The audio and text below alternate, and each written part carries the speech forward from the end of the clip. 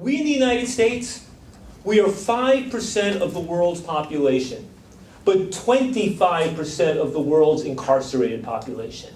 5% of the world's population, about 300 million out of 6 billion, but 25% of the world's prison population, about 2.25 million out of 9 million, right?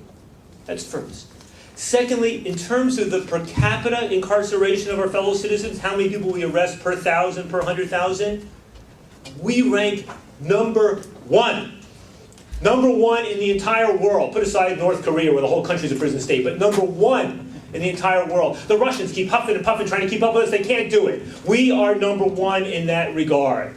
When you look simply at the number of people locked up for violating a drug law, we had 50,000 people locked up on drug charges in 1980. We have almost 500,000 people locked up tonight in the United States in jails and prisons for violating a drug law, for making it, possessing it, for selling it, for buying it, what have you. Almost half. We lock up in the United States more people for drug law violations than all of Western Europe locks up for everything.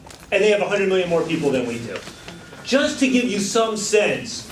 Now, among the people going to prison for drug offenses generally, who is it? By and large, it's typically not people who look like me. It's overwhelmingly people of color, overwhelmingly African Americans first and foremost, and Latinos second.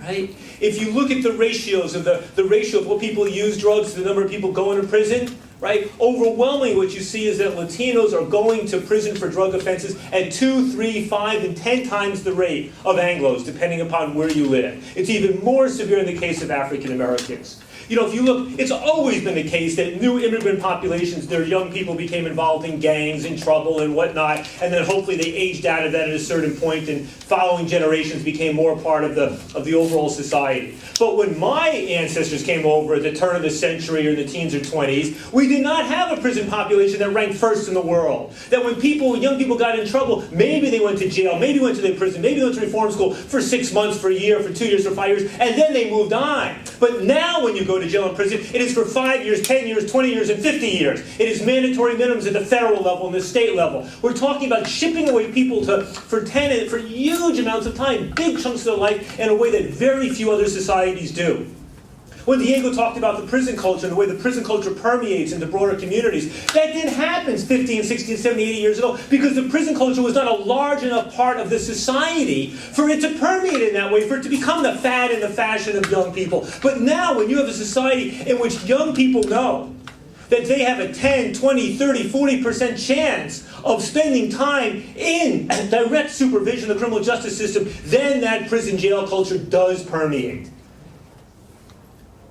That's not the way to deal with drugs. It's not the way to deal with drugs.